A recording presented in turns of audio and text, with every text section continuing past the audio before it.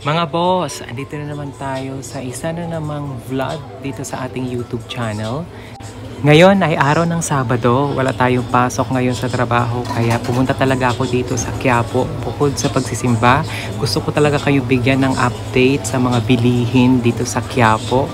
Unahin na natin ang mga gulay, ang mga prutas at ang mga imahe ng Poong Nazareno. Itong vlog ay updated sa mga prices kung magkano nyo ba sila mabibili. So meron tayo dito mga grapes, mangoes, at marami pang iba. Kaya ano pang inaantay natin? Halika na at umpisahan na natin itong vlog.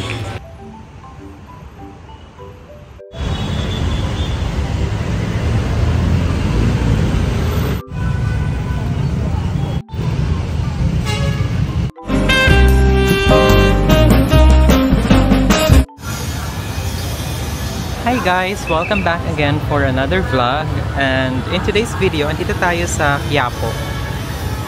Magkakaroon tayo ng update sa mga presyuhan o binibentang mga gulay dito. Yan ang Quiapo Church. So time check, it's 12 PM na, 12 noon, at magkakaroon tayo ng walkthrough sa pinakaloob ng mismong Quiapo. Halika na.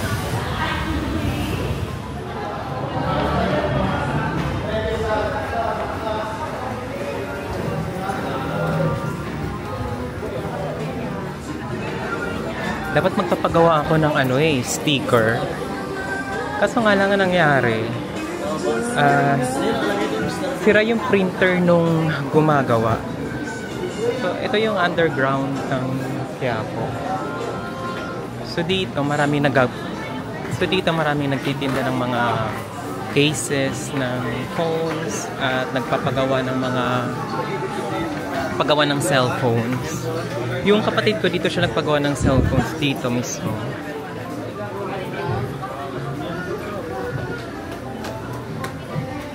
So, pupunta talaga ako dito para mag-vlog. Since Saturday today, natin yan, vlog day. Sa mga nanonood ng aking channel, thank you so much sa support ninyo at sa views. At sa mga manonood pa lang, welcome to the vlog. At kung bet mo mga ganitong content, please like, share, comment, and subscribe. Para naman stay connected tayo. Ito mga nagpapamassage. Ngayon, i-check natin yung mga gulay-gulay dito sa mismong Quiapo. Kasi napansin ko dito talaga, sobrang mura ng mga gulay dito. Talagang maloloka ka sa presyo. Yun ang pinunta natin dito. Kaya ano pang inaantay natin? Halika na, umpisahan na natin ito. Yung mga ibang gulay dito, ayan, 50 pesos lang. Pati mga prutas, tumpok-tumpok sila kung magbenta. 50 pesos. Kaya ito talaga is more on updating lang ng mga presyo dito sa Quiapo. Ayan, 35 pesos. And then marami din dito mga kakainan sa Quiapo kung feel ninyo mag-food trip. Di ba? Dragon fruit juice dahil mas makakamura daw yung mga tao dito. Only 25 pesos kasi ay sobrang dami lang tao, guys.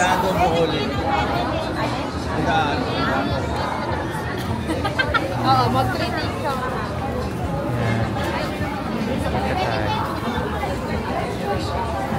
Kagaya ng mga kamatis, 50 lang yung tumpok. Tsaka yung mga gulay dito, tig 50 pesos lang yung tumpok. Tempered glass, 50 pesos na lang. Libre na palagay. Tempered glass, 50 pesos na lang. Libre na palagay. Tempered glass, 50 pesos na lang. May mga nagbibenta din dito ng pabango.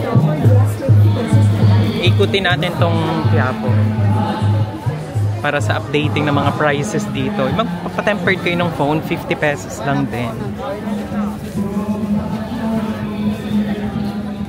Ang Quiapo kasi is parang divisoria din, no? Bukod sa mga nagtitinda ng mga tempered glass, mga casing ng phone, marami din nagtitinda dito ng mga, syempre, dahil malapit tayo sa mismong Quiapo Church. Yan, mga rebulto. Yan yung mga kainan dito. 25 lang yung lugaw. Kaya, yan. Sana nag-i-enjoy kayong manood. Please like, share, comment, and subscribe po kayo pag halimbawa. Bet nyo naman yung mga ganitong content. Ang gusto ko talaga, gawa ako ng watch vlog again sa mga nanood doon sa una kong vlog sa Cubao. Sa mga watches. Thank you so much po. Ayan. Thank you po. Ayan. Ito is Plaza Miranda. Tama ba? Try natin dito magtingin-tingin ng mga ano yung mga tinitinda ng tao dito.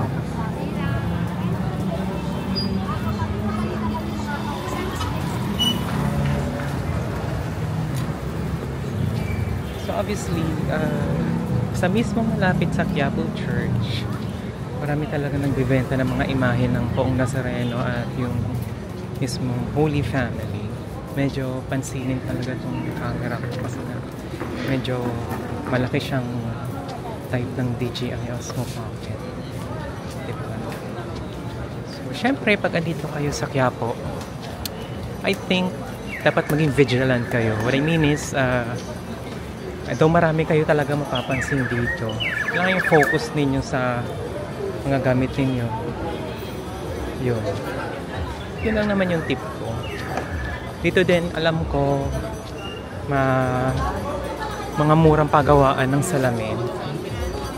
So medyo mainit-init dito talaga. Kung mapapansin ninyo, sobrang terik yung araw. Ito is Raon. Babalik tayo dun sa kabila mamaya. Ito kasi papuntang recto na to eh. Diba? Mga bilihan dito ng gulay, mga prutas, 50 lang o kalahating kilo lang.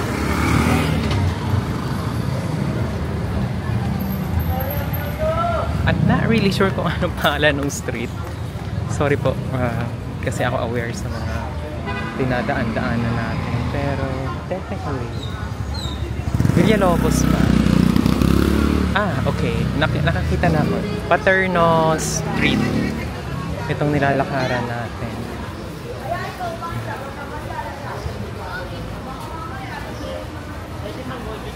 Papunta tayo sa Avenida. Since andito na lang din naman ako. So kaya na sinabi ko po sa inyo, dito yung marami talagang pagawaan ng salamin. Mas makakamura kayo pag magpagawa kayo dito. Kasi yung mga kapatid ko, dito sila nagpagawa ng salamin. Balik tayo dito. Medyo pansinin talaga yung ginagawa natin. Pero, I don't really care kasi di naman nila ako kilala. Yan, ano to? Ikot tour. Sa Paterno Street po yung mga pagawaan ng salamin. Tumatanggap din sila dito ng mga payment. Hello! Shout out. Shout out. Yan. Wait lang, ano yun natin yung yan. Medyo malapot-lapot na tayo dito kasi nga diba, ang init kasi talaga. Yung Paterno Street, ito yung mga pagawaan talaga siya guys ng mga salamin. Dikit-dikit sila, kaya mura dito kasi dikit-dikit. Parang mismong tapatan talaga sila ng mismong sidewalk. Paterno Street. Ito naman is P. Gomez Street sa Quiapo. Para makita nyo mismo yung environment dito.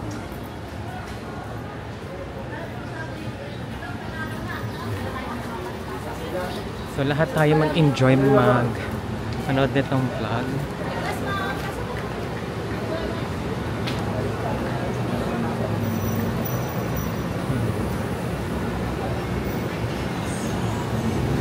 Nasa P. Gomez at Paterno Street, yun po yung mga paggawaan ng salamin.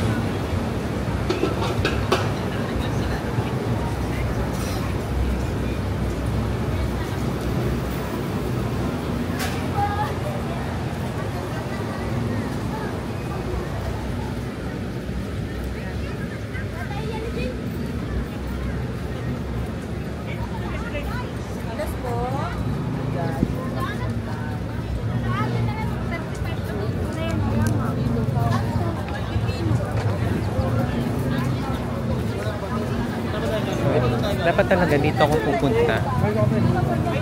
Sige, i-check muna natin yung mga tao dito.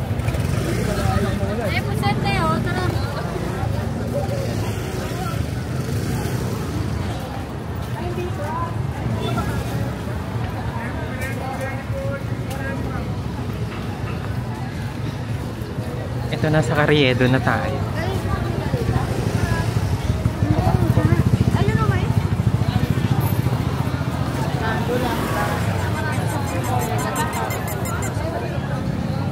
Marami din dito pagawa. I think sa may Carriedo station ng LRT, doon talaga yung marami talaga pagawaan ng mga salamin.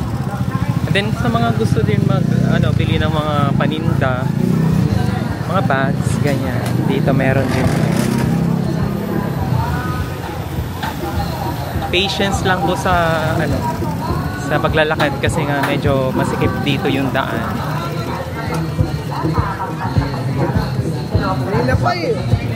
Yan, tig 50 pesos lang yung mga blouse dito.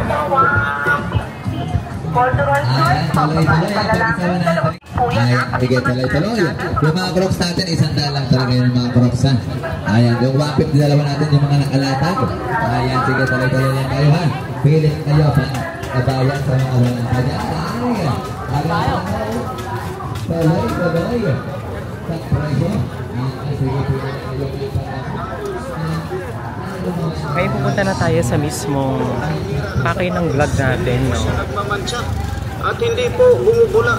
At ayan.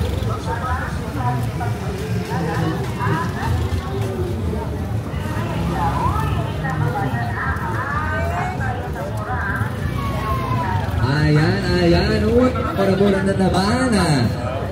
Hindi kayo kabayan sa kabayan, aba naman, ha? Muna bossing, ha? Ayan, sige, tuloy tayo, ha? Ituloy, ha? Pilit dapat na kayo napakamura. Ayan, sa kabayan, ha? Labutan mo lang agad, 150 pa, dalawa na yan. Mga premium traffic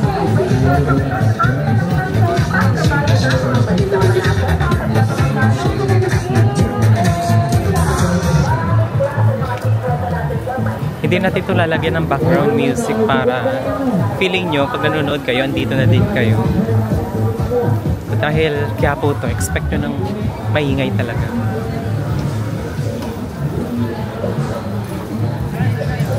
Reading 50. Dito, kaya nitong pagdigising kahit ang mga basag na plano na parang walang tao.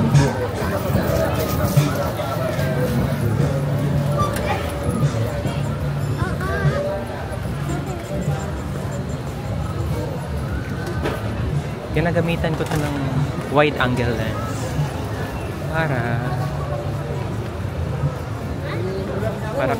klarado talaga yung pagka-framing niya. Hindi ko lang alam kung smooth ang footage.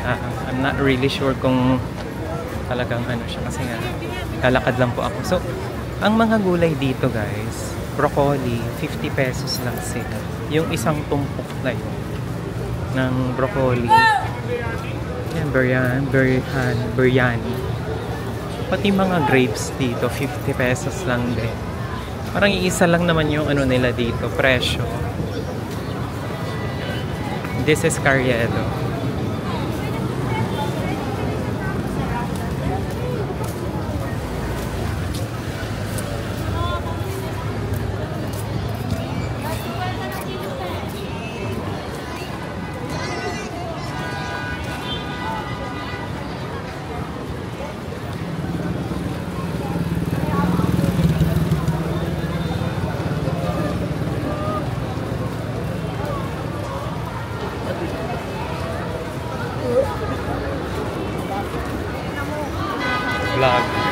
vlogger daw.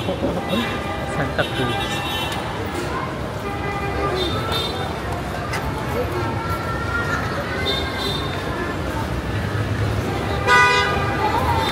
Ngayon pupunta na tayo sa mismong lugar. Dito yung bilihan ng masarap na siomai. Malapit sa may Andox.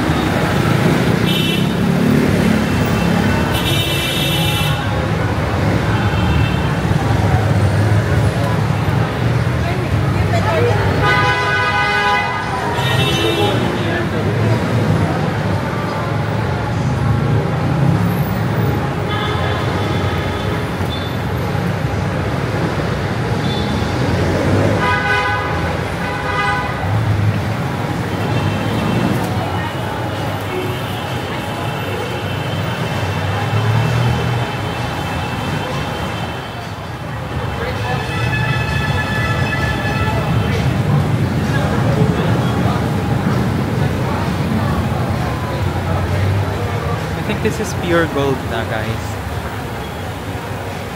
Ito yung tinatawag talagang welcome to Manila. Yung mga ganitong ambience na.